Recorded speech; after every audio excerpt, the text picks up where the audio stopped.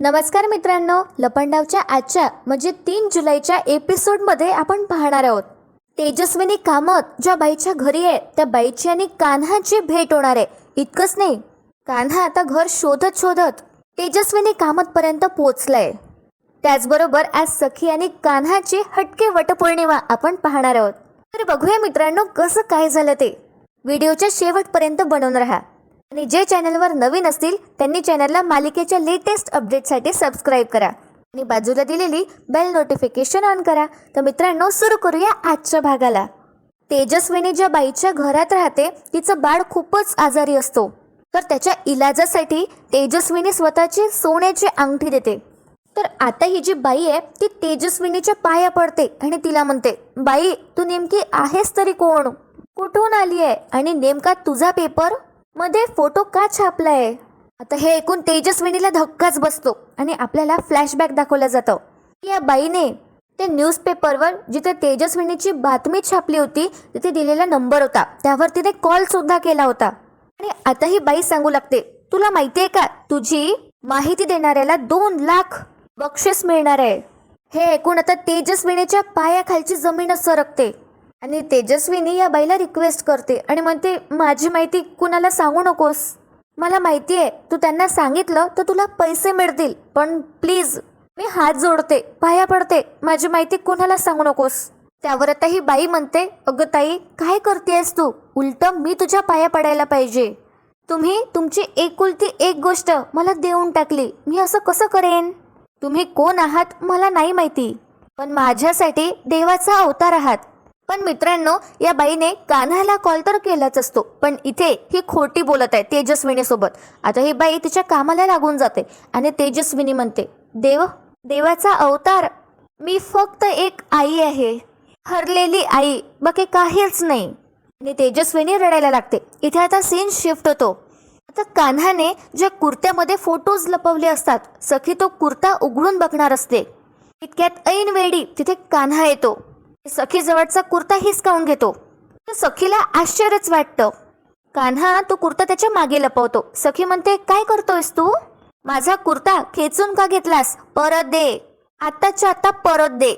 कान्हा मनात विचार करतो की जर आत्ताच्या आत्ता तिला हा कुर्ता दिला तर सखी ते फोटोज बघेल, मग तर सगळंच संपेन. सखी आता कान्हा जवळून कुर्ता घेण्याचा प्रयत्न करते. कान्हा म्हणतो, कळलं मला, कळलं, तुम्ही कुर्त्यासाठी इतक्या आतुर का झाल्यात, कळलं मला. सखी म्हणते, म्हणजे. तर कान्हा आता मुद्दाम सखीचं लक्ष डायव्हर्ट करायसाठी म्हणतो, प्रेमात पडलात ना माझ्या, सतत माझाच विचार तुमच्या डोक्यात असतो, म्हणून पाहिजे ना तुम्हाला हा कुर्ता, आणि तुम्हाला हा कुर्ता घालायचाय हो ना. सखी म्हणते, अजिबात नाही, मी कशाला तुझा विचार करू, आणि प्रेम बेम हे तर लांबची गोष्ट, त्यामुळे हवेत उडू नकोस. त्यानंतर सखी आता स्वतःच म्हणते, ठीक आहे, ठेवून देतो कुर्ता त्या बॅगमध्ये आणि टाकून दे बॅगवर. कान्हाच्या मनासारखंच होतं. कान्हा पटकन तो कुर्ता बॅगमध्ये टाकतो आणि त्याची चेन लावून बॅग वर टाकून देतो, कपाटाच्या वर. सखी आता कान्हाकडे बघतच राहते एकटक. कान्हा विचारतो, काय झालं. सखी म्हणते, कसं सुचतं. कान्हा म्हणतो, काय. कान्हाला टेन्शन येतं. तर सखी म्हणते, ऑप्शन्स, पर्याय. रे खाली मीनाक्षी काकू आणि परशू काकाला तू किती इझिली ऑप्शन सुचवलास मूल दत्तक घेण्याचा. तुला माहितीये का, ते दोघं पण हॉस्पिटलमधून बाहेर पडताना अपसेट झाले होते. त्यांना असं वाटलं होतं की बहुतेक ते कधीच आईबाबा होऊ शकणार नाही, पण तू किती सहजपणे मूल दत्तक घेण्याचं ऑप्शन त्यांना सुचवलंस, आणि त्यांच्या चेहऱ्यावरचं हसू परत आलं. सखी कान्हाला थँक्यू म्हणते. कान्हा म्हणतो, थँक्यू का. तर सखी म्हणते, हे सगळं तुझ्यामुळे झालंय. कान्हा म्हणतो, नाही नाही, माझ्यामुळे नाही, आपल्या सगळ्यांनी मिळून केलंय, इट्स अ टीम एफर्ट, मी एकट्याने काहीच केलं नाहीये. सखी आता स्माईल करते. सखीला आता आठवतं की कान्हाने सखीला प्रश्न विचारला होता की सखी वटपौर्णिमेची पूजा करणार आहे का, वडाला फेऱ्या वगैरे मारणार ना. तर बघा मित्रांनो, आता सखी कान्हाला कोड्यात म्हणते, तू सकाळी जे मला विचारलं ना ते मी उद्या करणार आहे. तर आता कान्हाला खरंच माहिती नसतं. कान्हा म्हणतो, काय विचारलं होतं मी. सखी थोडी चिडतेच आणि म्हणते, काय रे, तू खरंच विसरला की विसरल्याचं नाटक करतोयस. कान्हा म्हणतो, नाही नाही, खरंच विसरलो, काही लक्षातच येत नाहीये माझ्या. सखी आता चिडतच म्हणते, सांगते. उद्या मी वटपौर्णिमेची पूजा करायला तयार आहे. आणि कान्हा काय करतो, कान्हा इतका खुश होतो. कान्हा म्हणतो तुम्ही, अरे बापरे. आणि तो सखीला असं उचलतो आणि गोल गोल फिरवतो आणि मग खाली ठेवून देतो. आता सखी खूप चिडते आणि म्हणते काय आहे. कान्हा म्हणतो ओ सॉरी सॉरी, मी तुझे एक्साइट झालो आणि मग ते सॉरी सॉरी. सखी आता कान्हाला चिडतच म्हणते तुझ्या एक्साइटमेंटला आवर घाल आणि तुझ्या भावना नाही की नाही कंट्रोल कर, नाहीतर मग मी माझा विचार बदलून टाकेन. कान्हा म्हणतो नाही नाही सॉरी. आता सखी कान्हाला म्हणते तसंही मी वटपौर्णिमेची पूजा फक्त पार्टनर म्हणून करतेय, तर मिसेस सखी कबीर किर्लोस्कर म्हणून नाही. तर कान्हाला नवल वाटतं. तो म्हणतो काय म्हणालात तुम्ही. सखी म्हणते मिसेस सखी कबीर किर्लोस्कर. कान्हा म्हणतो अरे बापरे, हे ऐकायला पण किती गोड वाटतंय, मिसेस सखी कबीर किर्लोस्कर. सखी कान्हावर चिडते आणि म्हणते तू तू सुधारणारच नाहीये कधी. सखी आता तिचा नाईट ड्रेस काढते बाहेर कपाटातून आणि कान्हाला म्हणते बाहेर हो. कान्हा विचारतो का, तर सखी म्हणते बाहेर हो. कान्हा परत विचारतो का, तर सखी तिचा नाईट ड्रेस दाखवते. तर कान्हा म्हणतो तुमचे कपडे मी नाही घालणार. आता सखी परत कान्हावर चिडते आणि म्हणते कबीर गेट आउट. कान्हा म्हणतो ओ सॉरी आणि कान्हा आता बाहेर जातो आणि एका सेकंदात तो परत येतो. सखी आता मागे बघते तर कान्हा म्हणतो दार लावायला आलो. दार लावून कपडे चेंज करत जा. आणि कान्हा आता दार बंद करतो आणि खूप हसू येतो या सीनमध्ये. असो आता दार लावल्यावर कान्हा तर खूपच खुश असतो. कान्हा म्हणतो आहा मिसेस सखी कबीर किर्लोस्कर. सखी आता आतून सगळं ऐकत असते. कान्हा म्हणतो चला उद्या तुम्ही वटपौर्णिमा साजरी करायला तयार झालात, मग आता तुम्हाला तुमच्या नवऱ्याकडून जगातलं सगळ्यात सुंदर गिफ्ट मिळेल. सखी आता सगळं ऐकते. तर मित्रांनो तिथेच कान्हाची आणि त्या बाईची भेट होणार आहे. तर बघा इथे आता दुसरा दिवस असतो. कान्हा एका ज्वेलर्सच्या शॉपमध्ये जातो. तिथे आता ही बाई आधीच असते आलेली. ही बाई ती अंगठी घेऊन येते जी तिला तेजस्विनीने दिली आहे आणि त्या ज्वेलरला म्हणते दादा. ती तिच्या पदरातून अंगठी बाहेर काढते आणि म्हणते मला आहे ना ही अंगठी विकायची आहे. आता हा जो ज्वेलर आहे तो आधी त्या बाईकडे बघतो आणि मग अंगठीकडे बघतो, त्याची तपासणी करतो की अंगठी खरी आहे की खोटी आहे. आता होते कान्हाची एंट्री त्याच दुकानात आणि तिथला दुसरा एम्प्लॉई कान्हाला विचारतो दादा काय दाखवू. कान्हा म्हणतो पैंजण दाखवा, मला माझ्या बायकोसाठी पैंजण विकत घ्यायची आहेत. आता काय होतं, तो जो दुसरा माणूस असतो जो ज्वेलर आहे तो त्या बाईला म्हणतो बाई हे अंगठी तुझीच आहे का. तर ही बाई म्हणते हो माझीच आहे. त्यावर आता हा माणूस म्हणतो असं कसं, इतकी महाग अंगठी तुझी कशी, ते चोरली बिरली तर नाहीयेस ना आणि मग इथे आणलीस विकायला. कान्हा आता सगळं बघत असतो. त्यावर ही बाई म्हणते नाही दादा ही अंगठी माझ्या बहिणीची आहे. त्यावर हा ज्वेलर त्या बाईवर आरोप करतो डायरेक्ट आणि म्हणतो तू खोटं तर बोलत नाहीयेस ना. त्यावर ही बाई म्हणते नाही हो दादा मी कशाला खोटं बोलू. आता कान्हा यांच्या मध्ये पडतो आणि म्हणतो एक मिनिट काय चाललंय, काय हो ही पद्धत आहे का बोलण्याची, तुम्ही त्या बाईचा अपमान करताहेत, तुम्हाला कळतंय. तर हा ज्वेलर कान्हाला म्हणतो हो साहेब पण तिचे कपडे बघा, तिचा अवतार बघा तिचा, आणि ही अंगठी बघा. अहो एवढी महाग अंगठी तिच्याकडे कशी येणार. कान्हा म्हणतो का नाही येऊ शकत, तुम्ही काय कपडे बघून माणसाची पारख करता. जेव्हा माणूस स्वतःचा मौल्यवान दागिना विकायला येतो तेव्हा काय तो नटून थटून येतो. एक बाई आहे ती तिचा दागिना विकतीये. मुळात बायका दागिना विकतच नाही आणि जर का त्या विकत आहेत तर काहीतरी कारण असेल, अडचण असेल त्यांची. प्लीज हे असं करू नका, वागू नका असं. त्यावर या ज्वेलरला आता त्याची चूक समजते आणि तो आता सॉरी म्हणतो कान्हाला पण आणि त्या बाईला पण. त्यानंतर तो आता अंगठीचे ग्राम वगैरे जे असतात ते चेक करतो आणि त्या अंगठीच्या मोबदला तिला पैसे देतो. तर जाताना ही बाई कान्हाला थँक्यू म्हणून जाते. आणि बघा मित्रांनो आता काय होतं, कान्हा आता तोरड्या आणि जे काही पैजण वगैरे ते बघत असतो. तर तिथे आता कान्हाला सखीचा भास होतो. कान्हा आता एक तोरडी अशी हाती घेतो तर तिथे आता त्याला सखी दिसायला लागते आणि ती म्हणत असते की नाही आवडली ही, असं ती इशाऱ्यात म्हणते. आणि आता हा जो ज्वेलर आणि एम्प्लॉई आहे हे आता कान्हाकडे पाहू लागतात आणि त्यांना आता आश्चर्यच वाटतं. त्यानंतर काय होतं, कान्हा आता दुसरी तोरडी अशी हवेत धरतो आणि तो दुसऱ्या दिशेने बघत असतो. त्याला परत आता सखीचा भास होतो आणि ती म्हणत असतं की ही पण नाही आवडली. आणि ज्वेलर्स तर कान्हाची मज्जाच पाहू लागतात. आता सखीला त्यातून एकही नाही आवडत असा आता कान्हाचा भास असतो. त्यानंतर कान्हा विचारतो दुसरी आहे का, तर त्यावर आता प्रीमियम आणि छान असे पैंजण हा जो एम्प्लॉई आहे तो कान्हाला दाखवतो. आणि मग कान्हा ते सोन्याची पैंजण सखीला दाखवतो, म्हणजे त्याचा भासच असतो तो. तर आता सखीला ही आवडते.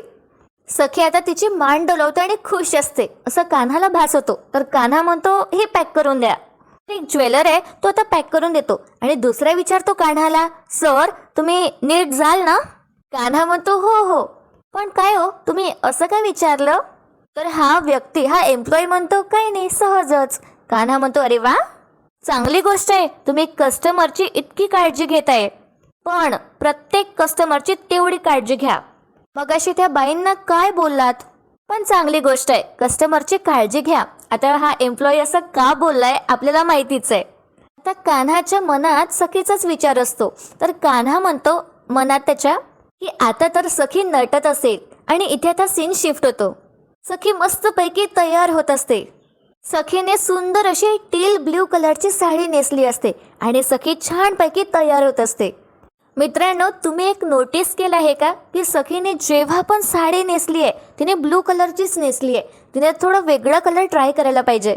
जे हा कलर तर खूपच छान दिसतो तिच्यावर ब्लू कलर, पण कधीतरी आणखी छान वेगळा कलर ट्राय करायला पाहिजे. असो तर त्या सखी बांगड्या वगैरे घालते, कानातले घालते, खूप खुश असते सखी तयार होताना. शेवटी आता सखी नथ घालते. इथे आता सखीची तयारी झाली असते आणि खाली आपल्याला दाखवलं जातं की परशूने सगळं ताट वगैरे सजवलं असतं. मीनाक्षी म्हणते हे काय, अरे पूजेचं ताट तुम्ही का तयार केलं. परशू म्हणतो अगं त्याला काय झालं, तुम्ही बायका आम्हा पुरुषांसाठी दिवसभर उपवास धरता की नाही, मग आता आम्ही इतकंसं केलं तर काय बिघडतंय. मीनाक्षी आता स्माइल करते. परशू म्हणतो चल जाऊया. दोघेही आता निघत असतात. तितक्यात तिथे आता ही मनस्विनी येते आणि दोघांनाही विचारते कुठे निघालात. परशू आणि मीनाक्षी घाबरतात, एकमेकांकडे पाहतात. तर आता काहीच बोलत नाही हे दोघं. म्हणून मनस्विनी म्हणते काय शब्द आत राहिलेत का, काय घरातली कामं झाली का. आणि मग आता मनस्विनी मीनाक्षीकडे बघते आणि म्हणते स्वयंपाक झाला नाही, कोण बनवणार, तुमचा बाप. आता हे दोघांनाही खटकतं पण दोघेही काहीच बोलत नाहीत. तर आता मनस्विनी म्हणते प्रत्येक वेळी सखी आणि कबीर नाही येणार आहे तुम्हाला वाचवायला. इथे राहायचं असेल तर माझं ऐकावं लागेल. सखी आता तितक्यात जीना उतरत येत असते आणि ही जी मनस्विनी आहे ती मीनाक्षीला म्हणते आणि तू ग, तुला मी इतके वर्ष वटपौर्णिमा वगैरे करताना बघितलं नाहीये, मग आज काय झालं, सूर्य कुठून उगवला. आणि मनस्विनी दात खाऊन म्हणते प्रथा पाडताय, त्याला निघा कामाला. तर तितक्यात तिथे आता सखी येते आणि मनस्विनीला म्हणते ज्या प्रथेला तू नाव ठेवतेस ना ते आपली संस्कृती आहे. पण कसं आहे ना, ह्या सगळ्या गोष्टी समजून घेण्यासाठी एखाद्या स्त्रीचा दृष्टिकोन लागतो. पण तू अगं सावित्रीने यमाकडून आपल्या नवऱ्याचे प्राण परत मिळवलेत. ही फक्त गोष्ट नाहीये पुराणातली, तो विजय होता एका स्त्रीच्या आत्मविश्वासाचा, तिच्या विल पॉवरचा, तिच्या कॉन्फिडन्सचा.